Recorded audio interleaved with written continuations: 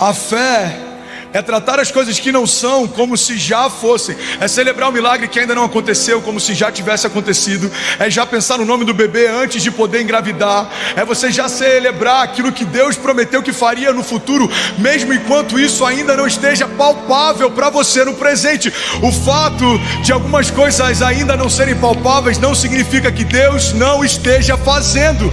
Porque eu creio sem ver, certamente os meus olhos verão. A palavra da fé é o que mudou a minha história e vai mudar a sua história também. Então a gente faz assim: Deus, se você fizer, eu faço.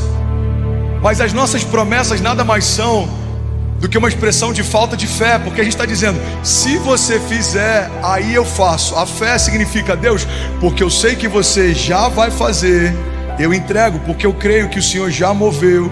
Eu derramo, porque eu creio que o Senhor já abriu. Eu descanso. Alguém está comigo, pelo amor de Deus?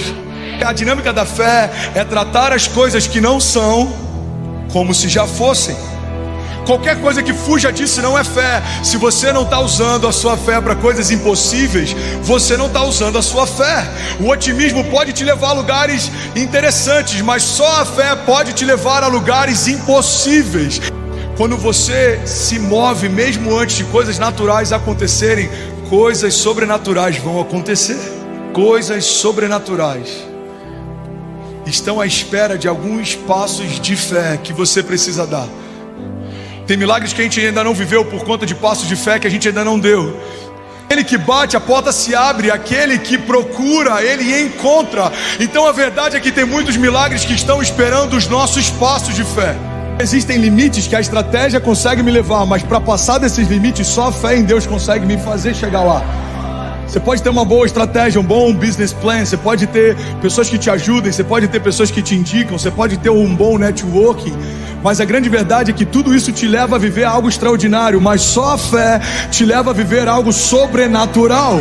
O extraordinário é bom, mas o sobrenatural, ele só acontece pela fé.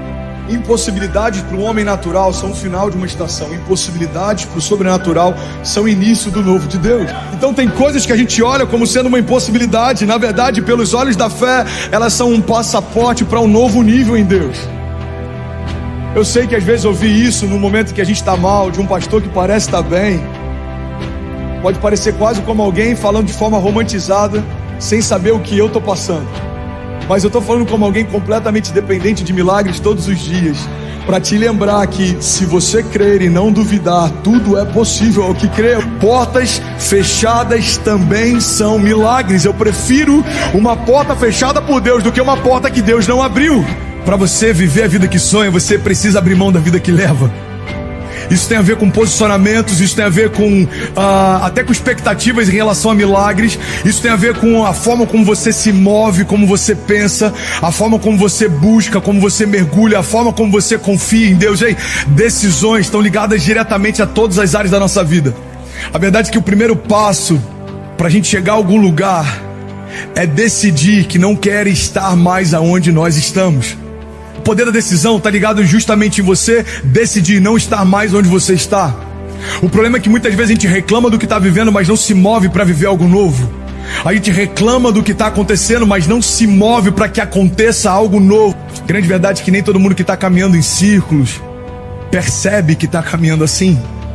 As nossas decisões são uma expressão do estado em que o nosso coração está. Provérbios 4:23 diz: sobre tudo que se deve guardar, guarda o teu coração, porque dele procedem as fontes da vida. Emoções doentes geram decisões doentes. Emoções em desordem fazem com que a tua história entre em desordem. Sabe, a gente precisa aprender a lidar com emoções, a gente precisa aprender a lidar com o passado.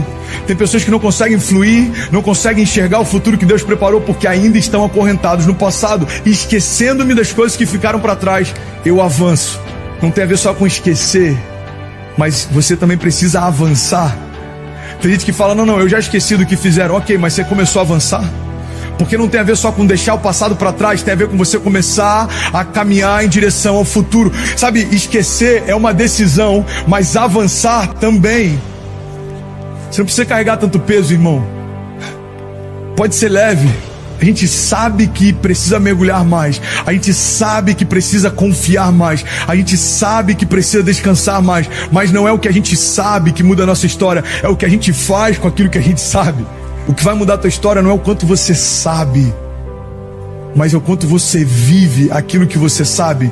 A gente pode optar por ficar sempre adiando decisões, ou a gente pode entender que todas as vezes que eu adio uma decisão, eu adio um milagre também. As nossas decisões definem o que a gente vai viver, irmão.